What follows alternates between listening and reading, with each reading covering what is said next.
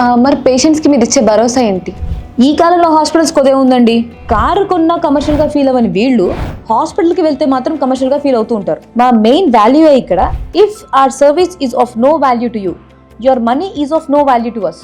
అంటే మా సర్వీస్ మీకు విలువని ఇవ్వకపోతే మీ డబ్బుల్లో మాకు విలువ లేదండి. అందుకే ఇక్కడికి ఓపీస్ కానీ, స్కాన్స్ కానీ, మెడిసిన్స్ కోసం కానీ జనాలు మేము రమ్మను.